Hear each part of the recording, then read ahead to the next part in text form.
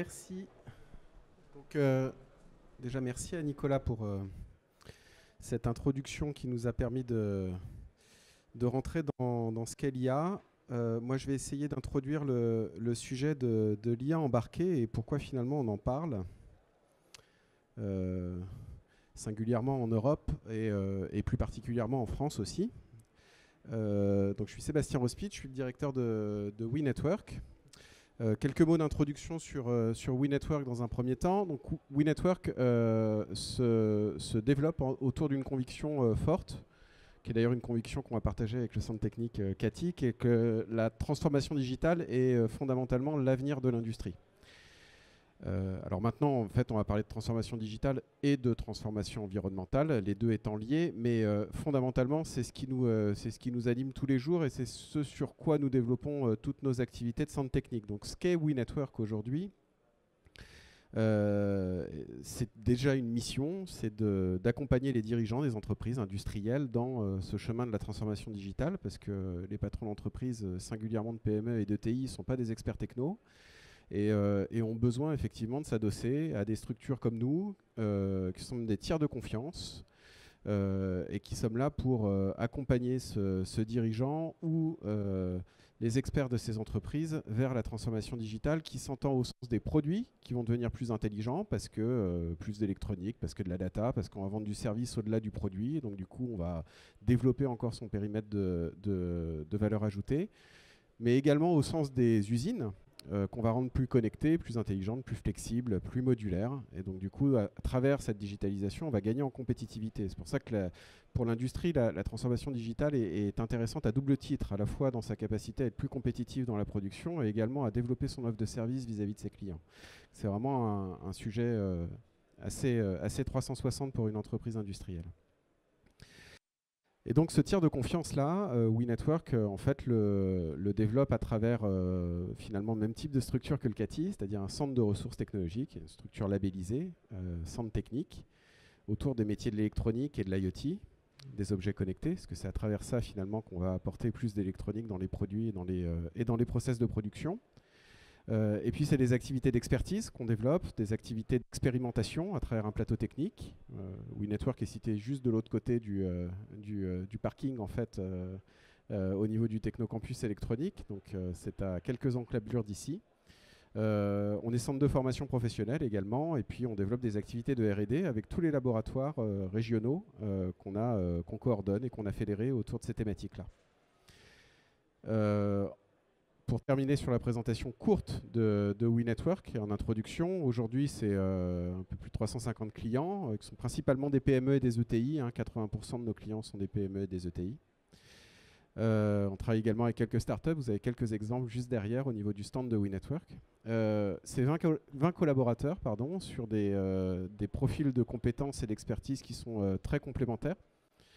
Parce qu'il faut pouvoir intégrer l'électronique dans des enveloppes mécaniques. Donc toutes ces expertises-là sont au sein du centre technique. C'est 1 million d'euros de CA à peu près, privé, de prestations, et à peu près 50 projets d'expertise par an. Donc nous, notre sujet, c'est d'arriver à démontrer finalement qu'on est capable de faire de l'industrie compétitive en France et de fabriquer des objets connectés en France, made in France. Donc effectivement, ça c'est un truc qu'on développe depuis la création de WeNetwork en 2014. Et qui il se trouve plutôt dans l'air du temps en ce moment. Donc on est plutôt content de tout ça. On est certifié Calliope, on est un membre assez actif également de la filière électronique qui s'est développée en 2018, suite au World Electronics Forum d'ailleurs, qui a été organisé ici même à Angers. Alors, pour rentrer dans le sujet de pourquoi l'IA embarquée est-elle une opportunité pour nos entreprises, je pense que d'abord, il faut remettre l'église au milieu du village, comme on a tendance à dire. Donc, repartons de ce qu'est aujourd'hui l'industrie en Europe.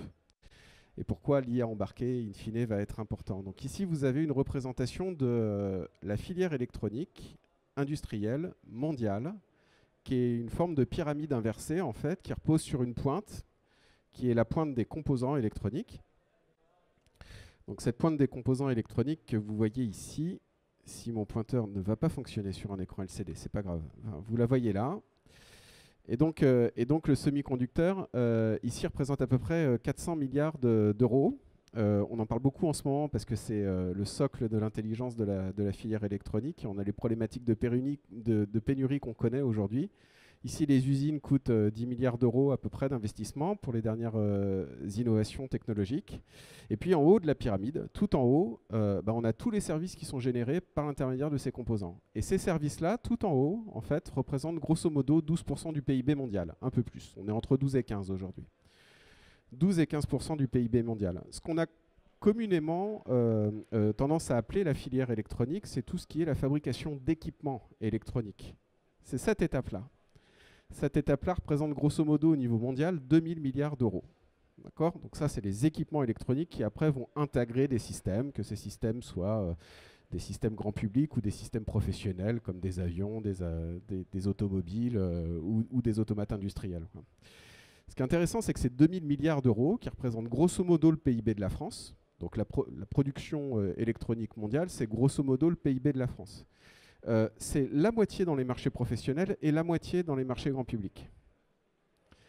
Donc ça, c'est aussi intéressant, c'est-à-dire qu'il y a autant d'électronique dans les marchés professionnels que dans les marchés grand public. En fait, il y en a même maintenant un peu plus, parce que cette pyramide date de quelques années. En fait, la croissance dans les marchés professionnels est significativement supérieure que dans les marchés grand public. Et donc, du coup, on est au-delà maintenant du 1000 milliards d'euros dans les marchés professionnels d'électronique. Donc, marché professionnel, c'est les biens d'équipement, hein. C'est tout ce qui n'est pas un téléphone mobile, un ordinateur ou une console de jeu. Alors, si je pars de cette pyramide-là pour la présentation, c'est parce que finalement, la position de l'Europe à l'intérieur de cette chaîne de valeur, elle est finalement très différente selon la manière dont on la regarde. Ici, au niveau des semi-conducteurs, vous avez des investissements de 10 milliards. Donc forcément, vous avez des technologies qui sont standardisées et qui sont là pour nourrir l'ensemble de la planète. Donc il n'y a pas de distinction entre les marchés professionnels et les marchés grand public. C'est juste un delta de temps, en fait, avant que les technologies développées pour les marchés de masse ne rentrent dans les marchés professionnels. Ici, l'Europe, c'est à peu près 5 à 6% du monde. Et ça fait des années que ça dure. Donc on parle aujourd'hui de grande relance pour faire effectivement doubler la capacité de production de semi-conducteurs en Europe. Aujourd'hui, c'est 6% du monde, ayez ça en tête. 6% des capacités d'investissement mondiales. Ici, au niveau de la production d'équipements électroniques, l'Europe, ici, sur l'équipement électronique professionnel, c'est plus de 20% de la production mondiale. Donc il y a encore beaucoup de fabrication d'équipements électroniques, notamment pour les marchés professionnels, pas pour les marchés grand public. Hein. Les marchés grand public, c'est à peu près pareil que pour les composants, hein. C'est moins de 10%. Donc on a encore des zones de leadership importantes en matière de fabrication d'équipements électroniques pour les marchés professionnels en Europe. Et on a une faiblesse structurelle au niveau des composants. Par contre, à l'intérieur des composants, il y a quelques familles qui sortent leur épingle du jeu, notamment des capteurs, notamment des architectures, basse consommation, etc., qui sont des vrais leaderships européens. Puis au milieu de tout ça, vous avez les assembleurs. Les assembleurs, c'est les personnes qu'on représente pas mal au niveau de WeNetwork, parce qu'on en a quelques-uns dans le Grand Ouest qui bossent avec nous en tant que centre technique. C'est ceux dont le métier va être de prendre les composants ici et de les projeter sur les marchés applicatifs. C'est-à-dire qu'ils vont acheter les composants, ils vont faire des cartes et des fonctions assemblées, et puis après ces fonctions assemblées vont aller dans les marchés professionnels. Et là, pour le coup, l'Europe est probablement autour de 15% de la production mondiale. Pour information, on a 4 ETI françaises dans le top 50 mondial et dans le top 10 européen sur cette activité-là. Elles s'appellent Estil-Flash, Eolan, Lacroix et All Circuits. Et toutes sont adhérentes de WeNetwork et bossent sur les projets de coopération avec nous. Donc, c'était important de situer ça avant de parler d'IA embarquée et pourquoi c'est si fondamental pour nous. Alors, déjà, cet effet de levier que je vous ai montré, en fait, c'est que le démarrage. Aujourd'hui, si l'électronique contribue à 12 ou 15% du PIB mondial, en fait, demain, ce sera plus important que ça. Et pourquoi c'est plus important que ça? C'est parce qu'on va mettre de l'électronique, et on commence déjà à en mettre depuis pas mal d'années, dans des endroits où il n'y en avait pas précédemment. Justement parce qu'on va rendre les produits, les objets intelligents, les usines intelligentes. Et donc avant, il n'y avait pas d'électronique. Maintenant, demain, il y en aura. Après-demain, il y en aura encore plus. Et donc du coup, on va augmenter l'effet de levier de la filière. Communément, on a tendance à penser que, grosso modo, à l'échelle française, la moitié du PIB français va être touché par la transformation digitale à un moment ou à un autre. Donc entre 12% ou 15% d'effet de levier sur une économie et 50%, vous voyez qu'il y a encore de la marge à gratter. C'est pour ça que c'est durablement une industrie stratégique. C'est l'IoT qui crée ça, parce que c'est à travers l'IoT finalement qu'on va apporter des services dans des objets qui étaient précédemment pas intelligents. D'accord ? Sauf qu'on avait tendance aussi à penser que l'IoT était essentiellement dans les marchés du B2C, parce qu'on a été pas mal abreuvé par les startups du CES de Las Vegas, qui étaient plutôt sur des logiques de, voilà, de développement consumer, hein, grand public. Mais en fait, le développement de l'IoT est plutôt dans les marchés professionnels, et depuis assez longtemps. Alors ça, c'est une étude qui est assez récente, qui a été quand même menée auprès d'un nombre de décideurs assez important au niveau européen, et qui montre que 70% des entreprises industrielles françaises utilisent déjà l'industrial IoT. Parce qu'on a utilisé un vocable spécifique, hein. Il y a l'IoT pour les marchés grand public, et puis on a parlé d'industrial IoT pour l'intégration d'électronique dans les usines. Et que globalement, cette tendance, qui est une tendance de fond, est déjà assez reconnue comme positive par les entreprises. Donc vous voyez, effet de levier en croissance, et en particulier dans les marchés professionnels, là où l'Europe a encore des zones de leadership importantes. C'est ça la séquence que je veux vous exprimer. Avant tout dans l'industrie. Bon, alors, quand on parle de transformation digitale, et quand je me suis mis à préparer cette présentation, forcément, au démarrage de tout, il y a la data, hein. C'est pourquoi l'électronique est si importante, c'est parce que qui dit transformation digitale dit data, qui dit data dit système électronique, hardware, pour la générer, la capter, la transmettre, la traiter, en faire de l'IA, etc. Ici, vous avez la traduction en fait de la croissance des données telle qu'elle est projetée aujourd'hui. Et j'ai appris un chiffre qui s'appelle le zeta-octet, zeta avec 2 T. Le zeta-octet, c'est 1000 milliards de téraoctets. Ça va être l'unité de compte à horizon 10 ans, à peu près, de la volumétrie de données générée par toute cette mécanique de transformation digitale. Alors, je me suis fait un petit calcul aussi. Pour essayer de traduire ça intellectuellement en croissance moyenne annuelle du volume de données concernées par ça. C'est à peu près plus 300% de croissance moyenne annuelle tous les ans sur les 15 prochaines années. Donc ça, aujourd'hui, c'est la traduction de la transformation digitale, c'est-à-dire le développement de l'IoT, notamment dans les marchés professionnels, en termes de volumétrie de data. Plus 300% sur 15 ans. Moi, j'ai un passé de consultant. J'ai jamais vu des croissances durables sur des aussi longues périodes aussi importantes que ça, quel que soit ce dont on parle. Pour information, on a souvent tendance dans l'électronique à parler de la loi de Moore. La loi de Moore, c'est un doublement de la capacité des puces tous les 18 mois. Et bien, ceci, donc la loi de Moore est ici, ceci, c'est 4 fois supérieur en termes de rythme. Sur 15 ans, 4 fois supérieure à la croissance de la loi de Moore, qui par ailleurs elle-même est en phase d'affaiblissement. Donc on voit bien qu'en fait il y a un petit problème.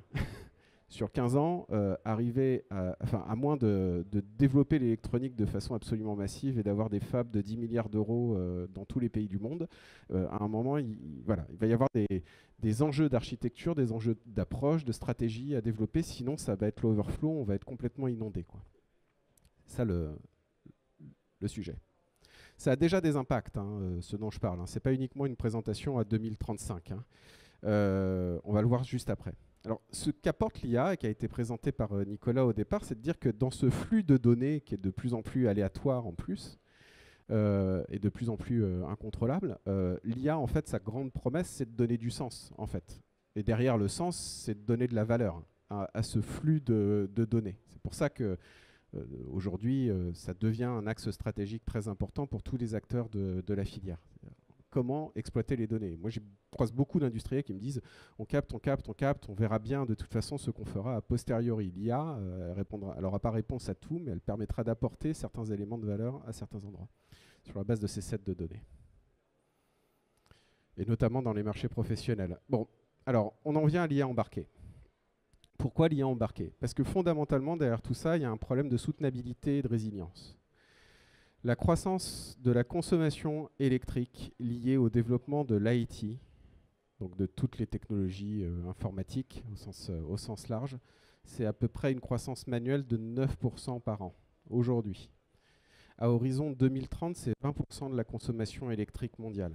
Donc vous voyez que cette croissance énorme de données, en fait, elle a des incidences aujourd'hui au niveau de la croissance électrique. Donc il faut pouvoir absorber une partie de cette croissance de données sans pour autant détériorer notre consommation électrique, ou en tout cas en limitant, en optimisant. Ça, c'est un enjeu clé.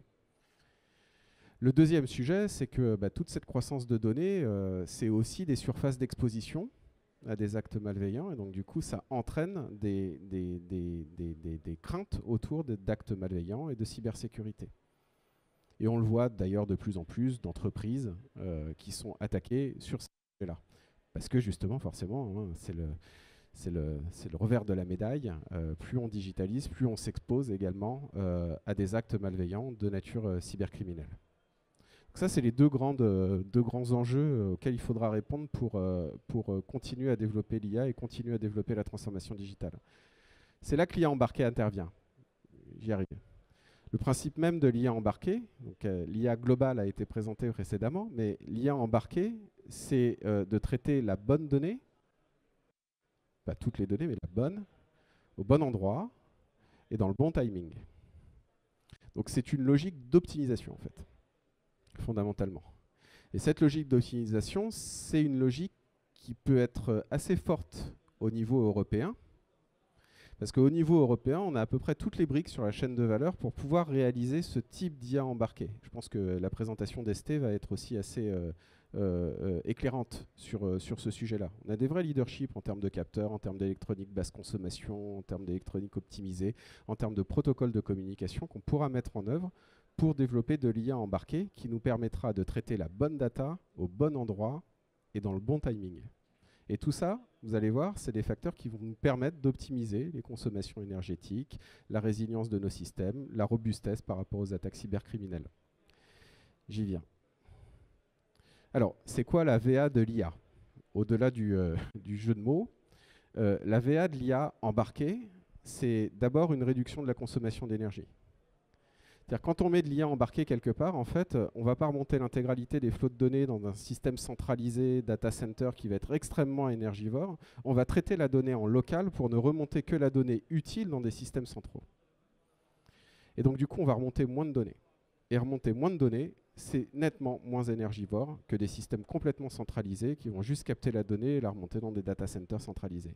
Qui là est plutôt une approche type américaine, US du sujet. Là, l'Europe a certainement une approche et une nouvelle voix à faire entendre sur ce sujet-là. Donc d'abord, la réduction ou l'optimisation de la consommation d'énergie. Deuxième point, la réduction des latences et l'autonomie de décision. C'est-à-dire quand on a moins de circulation de données, qu'on est capable de localiser une IA au plus près de la source, on est capable d'aller plus vite dans le processus de décision. Pour faire remonter une donnée à un centre, un data center distant de 1500 km, grosso modo, il en coûte 10 millisecondes ou 15 millisecondes. C'est des délais de latence en fait, qui, sur certaines contraintes et sur certains fonctionnements, sont extrêmement dommageables. Donc du coup, il faut aller plus vite dans la prise de décision. L'IA embarquée permet ça, pour peu qu'effectivement, on soit capable de traiter cette donnée en temps réel sur site. Et le dernier point, c'est la réduction des risques d'attaques malveillantes. Alors pourquoi? Parce que finalement, comme on va transférer moins de données, on va les conserver plus locales, donc on va réduire les surfaces d'exposition à des perturbations de données, etc., qui pourraient intervenir. Je ne parle pas de la RGPD non plus, qui fait qu'en conservant les données plus localement, on est plus robuste. Donc voilà les principaux grandes... alors il y en a pas mal d'autres qui pourraient être développés, mais celles-ci sont les principales que je retiendrai là, dans le cadre de la présentation. Alors le champ applicatif, on a déjà commencé à en parler avec globalement les systèmes d'IA, mais c'est d'être plus efficient, réduction des ressources, via des optimisations temps réel. Je prends l'exemple de la filière électronique, par exemple. Être en capacité, via des systèmes d'IA embarqués sur une ligne de production électronique, de mesurer et de contrôler en temps réel les déviations de process pour optimiser les boucles de réaction et stabiliser le process, ça évite, ça limite le nombre de rebuts, ça rend le process plus optimum, ça permet de réduire les ressources, ça le rend plus flexible également à ISO ressources. On peut automatiser les contrôles, aller vers des logiques de maintenance prédictive, ça a déjà été cité précédemment. et puis aller vers de la personnalisation de la relation client, de l'amélioration des IHM. L'IA va être beaucoup utilisée par rapport à la capacité à rendre les choses perceptibles, en fait, y compris des robots qui vont pouvoir percevoir l'environnement extérieur qui, lui, va pas être cadré. Et donc, du coup, on va améliorer les IHM, on va aller vers plus de performance. On va rendre les choses plus simples et plus fluides, plus naturelles. Ça, c'est le champ applicatif. Alors après, pour conclure sur ma présentation, c'est quoi les marchés aujourd'hui de l'IA embarquée tels qu'ils sont envisagés par les industriels? Dans un premier temps, on en parle beaucoup dans l'industrie, parce que c'est un terrain a priori qui se prête beaucoup à ces logiques de développement d'IA embarquée. On en parle beaucoup dans les transports également, dans le véhicule autonome, qui ont des problématiques à la fois de sécurité, de temps réel et d'autonomie de décision, de rapidité de décision. À moyen terme, il y a des champs très importants également autour de la santé, autour de tout ce qui est agriculture, autour de tout ce qui est smart city, qui sont des systèmes plus complexes, faisant intervenir un nombre plus important d'acteurs, d'interactions. Et donc du coup, dès l'instant où on va confier une autonomie de décision à une IA embarquée, ça va poser d'autres problématiques, notamment de fiabilité, de responsabilité, de comment ce signal-là va être interprété par l'ensemble de la communauté pour que le système se mette en place. Et donc, du coup, on le voit plutôt dans un moyen terme. Tout ceci, ce que je viens de vous dire, est lié à une vraie stratégie nationale qui est en cours de développement au travers du comité stratégique de filière, qui a fait de l'IA embarquée un des axes majeurs de développement à l'échelle nationale et à l'échelle européenne. Et donc voilà, simplement que ce n'est pas uniquement une vue de Sébastien Rospide, directeur de WeNetwork, mais c'est quelque chose qui est maintenant relativement partagé à l'échelle de la filière industrielle. Et j'ai terminé sur cette présentation. Disponible pour quelques questions si vous le souhaitez.